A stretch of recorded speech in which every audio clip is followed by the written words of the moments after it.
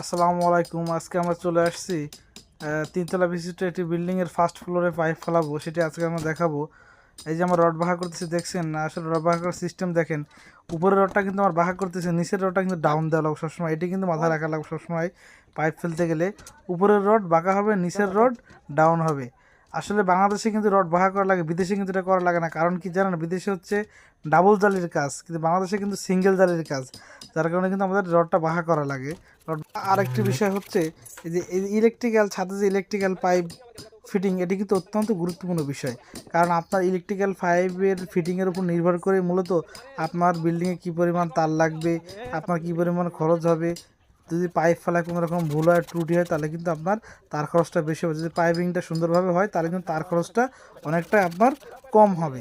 এবং এই pipe fitting দিতে গেলে অবশ্যই আপনাকে মনে রাখতে হবে প্রতিটি বিষয়, যেগুলো হচ্ছে ছাদ কিন্তু একবারই হবে। আপনি ইচ্ছা করলে একটি ওয়াল কাটতে পারবেন, ফ্লোর দিয়ে পাইপিং করতে পারেন, কিন্তু ছাদে ছাদে কিন্তু পাইপিং একবার হয়ে গেলে আর কিন্তু পুনরায় পাইপিং করা সম্ভব না, বা ছাদটা কাটলেও কিন্তু ছাদটা কাটা সম্ভব নয়। এই জন্য পাইপিংয়ের ক্ষেত্রে অত্যন্ত গুরুত্বপূর্ণ পরিকল্পনা মাফিক জেনে বুঝে একজন দক্ষ টেকনিশিয়ান দ্বারা অবশ্যই আপনার ছাদের কাজটি করাবেন। এবং এমডিবি এবং এসডিবির মাধ্যমে প্রত্যেকটা রুমের আলাদা সার্কিট তৈরি করতে হবে।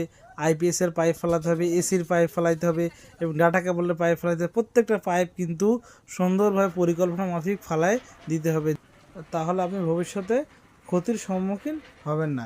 এটি আপনাদের সবাইকে অবশ্যই মনে রাখতে হবে। এই যে আমরা কাজ শেষে দেখছেন, আমাদের কাজ শেষে পাইপিং করার পরে আমাদের খাবার দাবার ব্যবস্থা করছে। এই যে ডাল আলু ভর্তা, আসলে সকালের খাবার। আর এটি কার কার পছন্দ আমাদেরকে অবশ্যই জানাবেন কমেন্টে।